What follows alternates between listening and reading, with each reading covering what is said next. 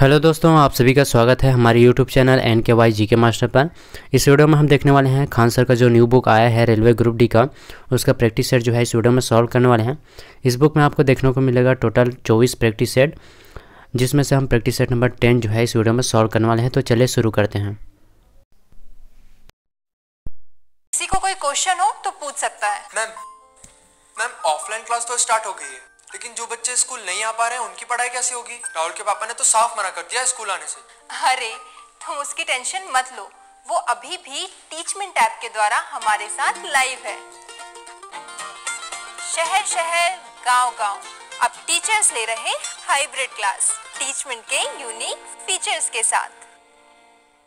दोस्तों, खान सर के यह बुक को आप ऑनलाइन या फिर ऑफलाइन जो है मार्केट से परचेस कर सकते हैं। इसमें टोटल जो है 24 प्रैक्टिस सेट दिया हुआ है अलग अलग लेवल का। यहाँ पर हम देखने वाले हैं लेवल 3 का क्वेश्चन जो है हम सॉल्व करने वाले हैं सेट नंबर 10। तो चलिए शुरू करते हैं। दोस्तों, इससे पहले अगर आपने चैनल को सब्सक्राइब नहीं किया है, अगर आप चैनल पर न्यू है तो प्लीज़ चैनल को सब्सक्राइब कर लीजिएगा, ताकि आने वाली हर वीडियो का नोटिफिकेशन जो है आपको समय पर मिल सके।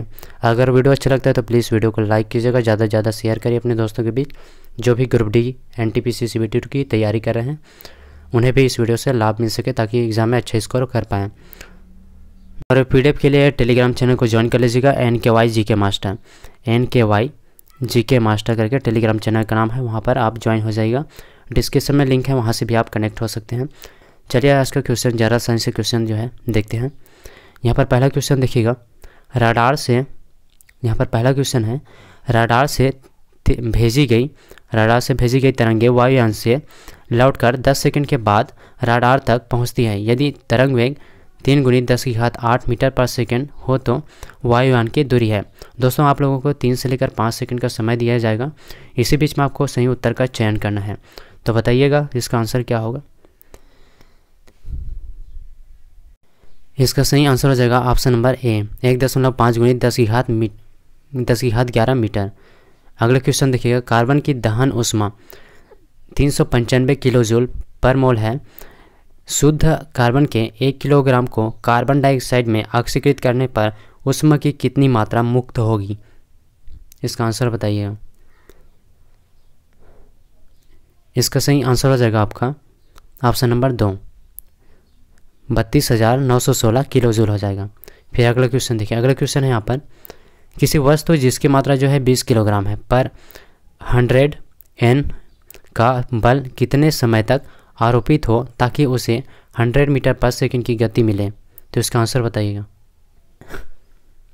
इसका सॉल्यूशन जो है PDF में आपको मिल जाएगा। तो इसका आंसर बताइएगा। आंसर हो जाएगा इसका 20 सेकंड हो जाएगा। फिर नेक्स्ट क्वेश्चन है, किसी आपतित किरण के लिए किसी समतल दर्पण को 15 डिग्री से घुमाया जाता है। परावर्तित किरण किस कोण से मुड़ेगी? इसका आंसर बताइएगा। इसका आंसर हो जाएगा 30 डिग्री हो जाएगा। फिर अगला क्वेश्चन है, गुप्त ऊष्मा का मात्रक क्या है? गुप्त ऊष्मा का मात्रक पूछा गया है, इसका आंसर बताइएगा। इसका आंसर हो जाएगा आपका कैलोरी पर ग्राम हो जाएगा। अगला क्वेश्चन है, निम्नलिखित में से कौन सा सही सुमेलित नहीं है पूछा गया है। तो इसका आंसर बताइएगा। इसका आंसर हो जाएगा ऑप्शन नंबर 3, टाइकोमीटर दाब अंतर जो है इसका सुमेलित नहीं है। ठीक है, बाकी एनीमोमीटर जो है वायु का वेग को जो है एनीमोमीटर से मापा जाता है, विद्युत धारा को अमीटर से, और उच्च तापक्रम को पायरोमीटर से। अगर टाइकोमीटर की बात करें तो याद रखिएगा डिस्क या सॉफ्ट की घूर्णन गति को मापा जाता है। ठीक है, टाइकोमीटर से। फिर अगले क्वेश्चन देखिएगा, अगले क्वेश्चन यहाँ पर रासायनिक अभिक्रिया है यहाँ पर 2FeCl3 + Cl2, और इसका क्रिया करने के बाद जो उत्पाद होगा 2FeCl3 में, आगे यहाँ पर देखिएगा, आगे है क्वेश्चन 2FeCl3 में क्या होगा? तो इसका आंसर बताइएगा।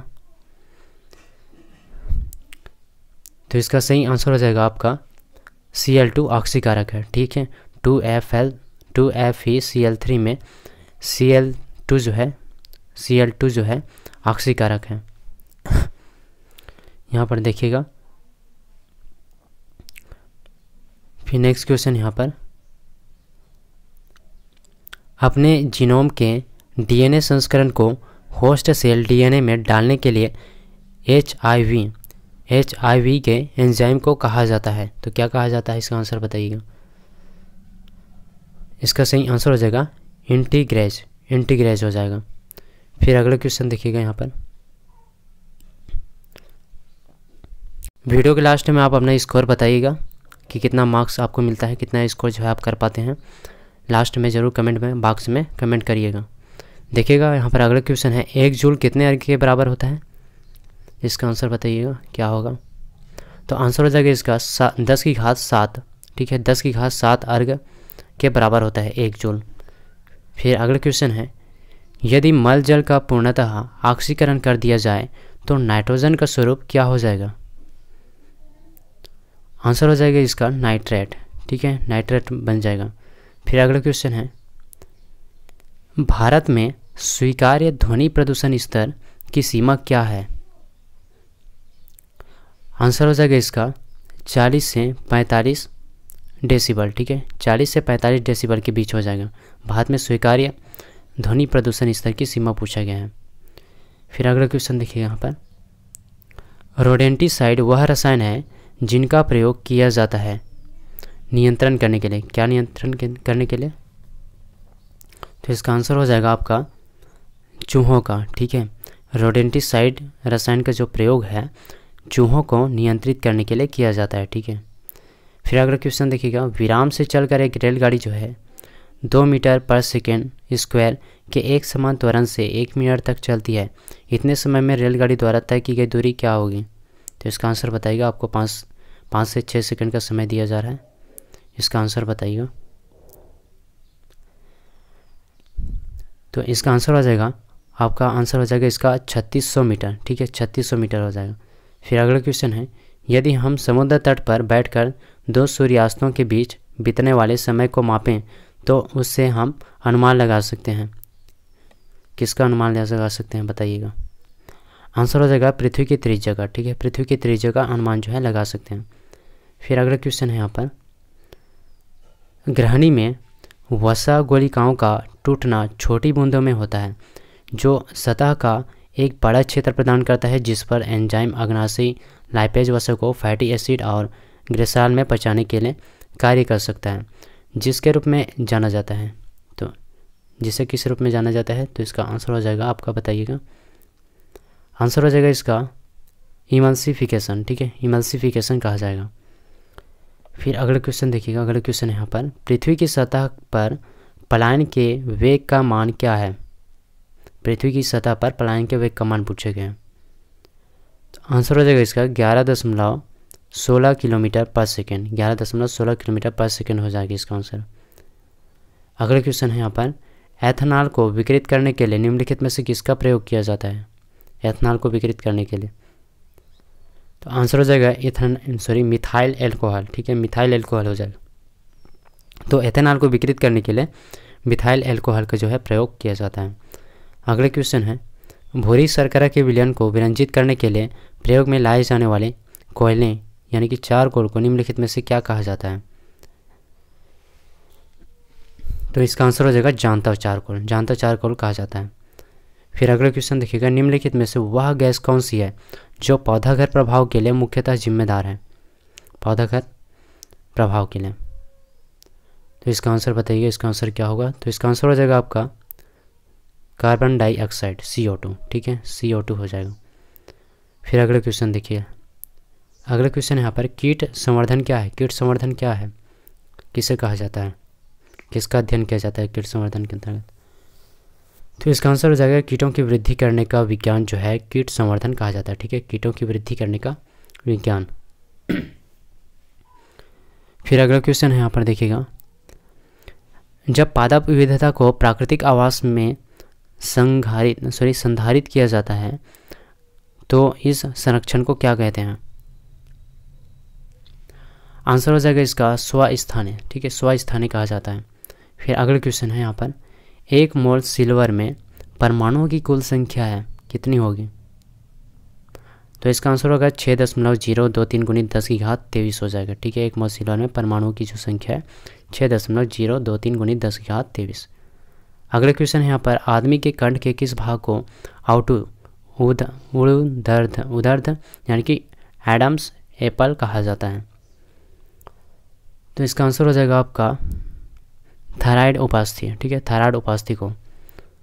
फिर अगले क्वेश्चन देखिएगा, अगले क्वेश्चन यहाँ पर, मुख्यतः इसकी उपस्थिति के कारण मानव शरीर उच्च वायुमंडलीय दाब के अंतर्गत भी बिना कुचला रहता है।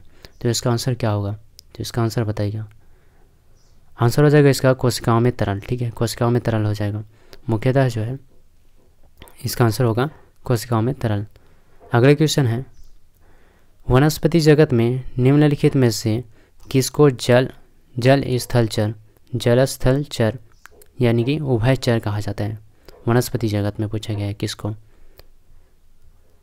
इसका आंसर हो जाएगा ब्रायोफाइटा। ठीक है, ब्रायोफाइटा। वनस्पति जगत में ब्रायोफाइटा को जो है उभयचर कहा जाता है, जलस्तर चर। इसके बाद देखिएगा दोस्तों, अगर वीडियो अच्छा लग रहा हो तो प्लीज़ वीडियो को लाइक कीजिएगा, चैनल को सब्सक्राइब कर लीजिए न्यू है तो, और पीडीएफ के लिए डिस्क्रिप्शन में लिंक है, वहाँ से आप ज्वाइन हो सकते हैं। चलिए आगे क्वेश्चन की ओर बढ़ते हैं। आगे का क्वेश्चन जो है हमारा होने वाला है, जनरल साइंस का क्वेश्चन जो है कंप्लीट हो चुका है। अब जीए जनरल अवेयरनेस का क्वेश्चन जो है स्टार्ट करते हैं। यहाँ पर जनरल अवेयरनेस से पहला क्वेश्चन देखिएगा। पहला क्वेश्चन कर रहा है, इंटरनेशनल एयर ट्रांसपोर्ट एसोसिएशन यानी कि IATA के विशेष आंकड़ों के आधार पर हैनली एंड पार्टनर्स द्वारा जारी हैनले पासपोर्ट इंडेक्स 2021 में भारत का रैंक क्या है? आंसर बताइएगा इसका। तो इसका सही आंसर हो जाएगा 85वां। ठीक है, 85वां जो है स्थान है भारत का। हैनले यहाँ पर पूछा गया हैनले एंड पार्टनर्स द्वारा जारी हैनले पासपोर्ट इंडेक्स 2021। ठीक है, भारत का रैंक 85वां 85। अगले क्वेश्चन यहाँ पर है, किस देश ने guided multi launch rocket system Fateh first का सफल परीक्षण किया है? तो इसका आंसर बताइएगा, किस देश ने किया है फतेह 1 का सफल परीक्षण? तो इसका आंसर हो जाएगा आपका पाकिस्तान। ठीक है, फतेह 1 का सफल परीक्षण जो कि एक guided multi launch rocket system है, किसने लॉन्च किया? तो पाकिस्तान हो जाएगा। फिर अगले क्वेश्चन देखिएगा। यहाँ पर अगले क्वेश्चन का रहा है, विश्व बैंक की जनवरी 2021 की वैश्विक आर्थिक संभावनाओं की रिपोर्ट के अनुसार वित्त वर्ष 2020-21 में आउटपुट का अनुमान क्या है? तो इसका आंसर हो जाएगा 9.6%। ठीक है, 9.6% हो जाएगा। फिर अगले क्वेश्चन देखिएगा। अगला क्वेश्चन यहाँ पर, प्रवासी भारतीय दिवस सम्मेलन 2021 में मुख्य अतिथि कौन थे? यह क्वेश्चन जो है अभी एग्जाम में पूछा गया था। तो इसका आंसर बताइएगा, इसका आंसर क्या होगा? आंसर हो जाएगा चंद्रिका प्रसाद संतोखी। ठीक है, चंद्रिका प्रसाद संतोखी जो है प्रवासी भारतीय दिवस सम्मेलन 2021 में मुख्य अतिथि रहे, जो कि सूरीनाम से बिलोंग करते हैं। फिर अगला क्वेश्चन देखिएगा, निम्नलिखित में से बॉम्बे हाई का संबंध किससे है? बॉम्बे हाई का संबंध पूछा गया। तो इसका आंसर हो जाएगा अपतट तेल क्षेत्र। ठीक है, अपतट तेल क्षेत्र से संबंधित है बॉम्बे हाई। फिर अगला क्वेश्चन है, निम्नलिखित में से भारत का प्रथम विधि अधिकारी कौन है? विधि अधिकारी भारत का प्रथम कौन है? तो आंसर हो जाएगा इसका, भारत का महान्यायवादी जो होता है वो भारत का प्रथम विधि अधिकारी होता है। ठीक है, अगला क्वेश्चन देखिएगा, प्राक्कलन समिति में कितने सदस्य होते हैं? प्राक्कलन समिति में इसका सही आंसर हो जाएगा आपका 30। ठीक है, प्राक्कलन समिति में टोटल जो है 30 सदस्य होते हैं। फिर अगले क्वेश्चन यहाँ पर, विक्रमशिला विश्वविद्यालय का संस्थापक निम्नलिखित में से किसे माना जाता है? विक्रमशिला विश्वविद्यालय का संस्थापक पूछा गया, कौन है, किसने बनाया? तो इसका आंसर हो जाएगा धर्मपाल। ठीक है, विक्रमशिला विश्वविद्यालय का जो संस्थापक है धर्मपाल है। अगर आपसे पूछे नालंदा विश्वविद्यालय की स्थापना किसने करी? तो कुमारगुप्त प्रथम हो जाएगा। फिर अगला क्वेश्चन देखिएगा। अगला क्वेश्चन है यहाँ पर, निम्नलिखित में से किस वर्ष में ज्योतिबा फुले ने सत्य शोधक समाज का गठन किया था? तो इसका आंसर बताइए, क्या होगा इसका आंसर? तो आंसर हो जाएगा इसका 1873 में। ठीक है, तो 1873 में ज्योतिबा फुले ने सत्य शोधक समाज का जो है गठन किया था। ठीक है, ऑप्शन नंबर सी जो है इसका सही आंसर हो जाएगा। अगले क्वेश्चन है पेट्रोलियम के संचित भंडार निम्नलिखित में से कहाँ पाए जाते हैं? पेट्रोलियम के संचित भंडार कहाँ पाया जाता है? कौन से चट्टान में पाया जाता है बताइएगा। आंसर हो जाएगा अवसादी चट्टानों में। ठीक है, अवसादी चट्टानों में पेट्रोलियम के संचित भंडार जो है पाए जाते हैं। ठीक है, अगला क्वेश्चन देखिएगा यहाँ पर, डाटा या स्थान घेरने के अनुसार सबसे बड़े से सबसे छोटे श्रेणी में निम्नलिखित में से कौन संयोजित है बताइएगा। आंसर हो जाएगा इसका टीबी। ठीक है, सबसे पहले टीबी हो जाएगा टेराबाइट, फिर हो जाएगा जीबी गीगाबाइट, फिर एमबी मेगाबाइट, फिर केबी। ठीक है, सबसे छोटा हो जाएगा, यहाँ पर पूछा गया है देखिएगा बड़े से सबसे छोटे। ठीक है, तो सबसे बड़ा होता है टीबी यानी कि टेराबाइट, फिर हो जाएगा जीबी गीगाबाइट, फिर हो जाएगा एमबी मेगाबाइट, इसके बाद हो जाएगा केबी, फिर इसका आंसर हो जाएगा ऑप्शन नंबर 4। फिर अगला क्वेश्चन देखिएगा, एक महीने में कितनी बार आधा चांद दिखाई देता है? एक महीने में कितना बार दिखाई देता है आधा चांद? तो इसका आंसर हो जाएगा 2 बार। ठीक है, 2 बार दिखाई देता है आधा चांद एक महीने में।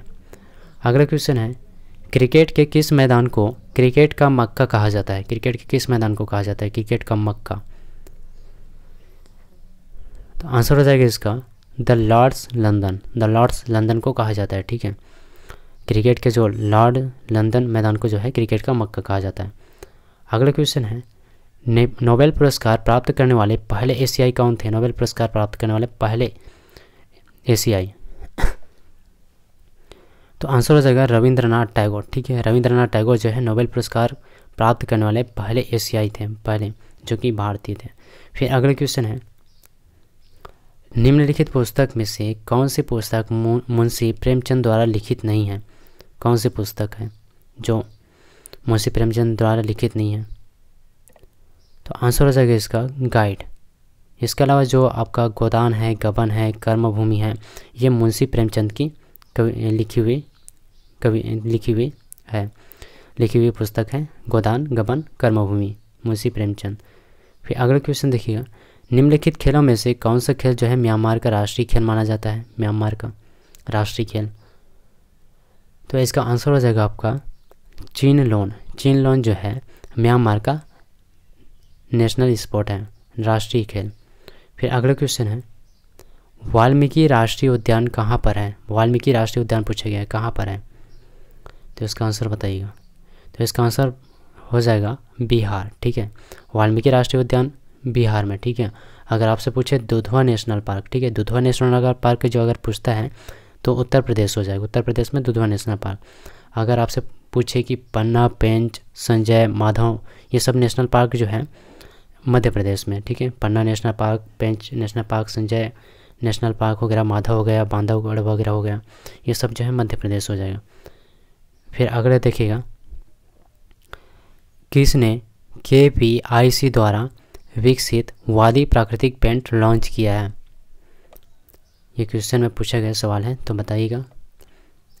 तो इसका आंसर हो जाएगा नितिन गडकरी। ठीक है, नितिन गडकरी के द्वारा जो है वादी प्राकृतिक पेंट जो है लॉन्च किया गया था। फिर अगला क्वेश्चन देखिए यहाँ पर, अगला क्वेश्चन कह रहा है यहाँ पर, कौन बेलग्रेड सर्बिया में व्यक्तिगत कुश्ती विश्व कप में रजत पदक जीतने वाले पहले भारतीय पहलवान बन गए हैं? तो इसका आंसर क्या होगा?